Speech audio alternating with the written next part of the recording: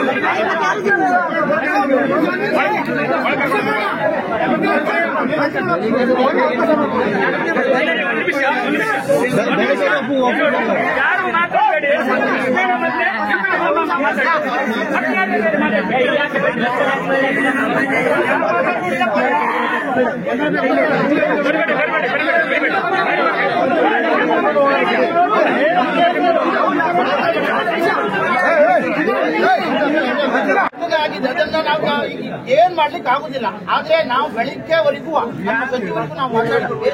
ಬೆಳಿಗ್ಗೆ ನಾವು ಬರ್ತೀನಿ, ಬೆಳಿಗ್ಗೆ ಬರುವವರೆಗೂ ನಾವು ಬಾಡಿ ತೆಗೆದುಕೊಂಡು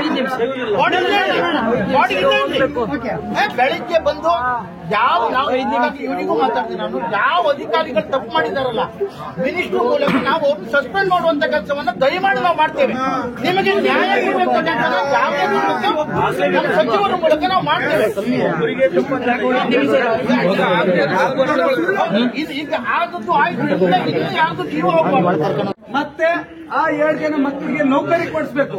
ಮತ್ತೆ ಏನಂತ ಹೇಳಿದ್ರೆ ನಿಮ್ಗೆ ಯಾವ ಅಧಿಕಾರಿಗಳಿದ್ರಲ್ಲ ಆ ಟೈಮ್ ನಲ್ಲಿ ಅವ್ರನ್ನ ಸಸ್ಪೆಂಡ್ ಮಾಡ್ಬೇಕು. ಇದು ಇಷ್ಟೇ ನಮ್ಮ ಬೇಡಿಕೆ.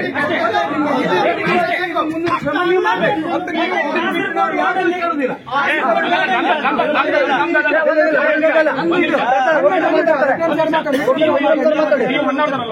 ನೀವು ಇಲ್ಲಿದ್ದವರಲ್ವಾ? ನೀವು ಇಲ್ಲಿ ಕೇಬಲ್ ಎಷ್ಟು ವರ್ಷ ಆಯ್ತು? ಇಲ್ಲಿ 5 ವರ್ಷ ಆಯ್ತು ನಿಮ್ಗೆ? 5 ವರ್ಷ ಆಯ್ತು.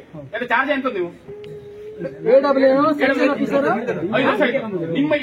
ನಿಮ್ಮ ನೆಗ್ಲಿಜೆನ್ಸ್ಗೆ ಆಗದೆ ಇದು. ಪ್ರತಿ ಸಲ ಇಂಥದೇ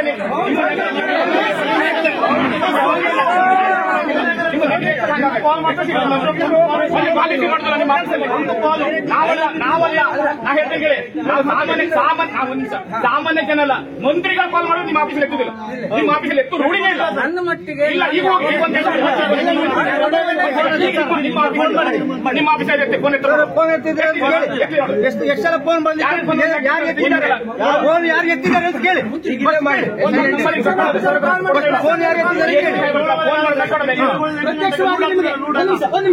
ಪ್ರತ್ಯಕ್ಷವಾಗಿ ನಿಮಗೆ ಸಾಕ್ಷಿ ತೋರಿಸ್ತಾರೆ. ನಾನು ಆ ಲೈನ್ ಏನು ಇವರು ಮನೆ ಹತ್ರ ಹರಿದು ಬಿದ್ದಿದೆಯಲ್ಲ, ಇನ್ನೊಂದು ಲೈನ್ ಕೂಡ ಜಾಯಿಂಟ್ ಮಾಡಿ ಹೋಗ್ತಾರೆ. ಆ ಜಾಯಿಂಟ್ ಮಾಡುವ ರೂಲ್ಸ್ ನಿಮ್ಗೆ ಉಂಟಾ?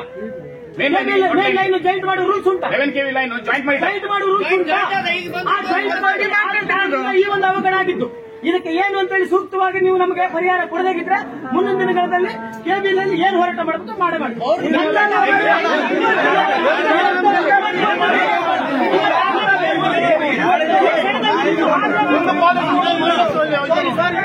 ಇವತ್ತೇ ಆಗ್ಲೇಬೇಕು. ಹೌದು,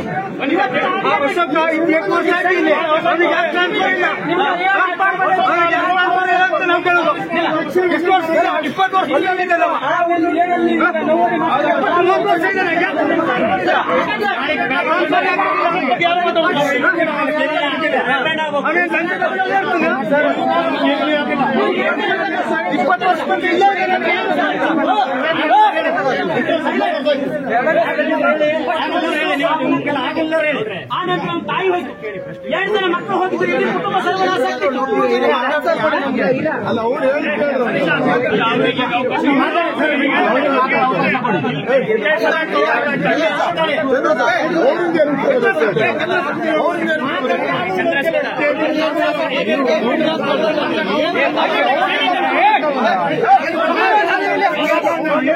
ಯಾರು ಮಾತಾಡ್ಬೇಡ್ರಿ.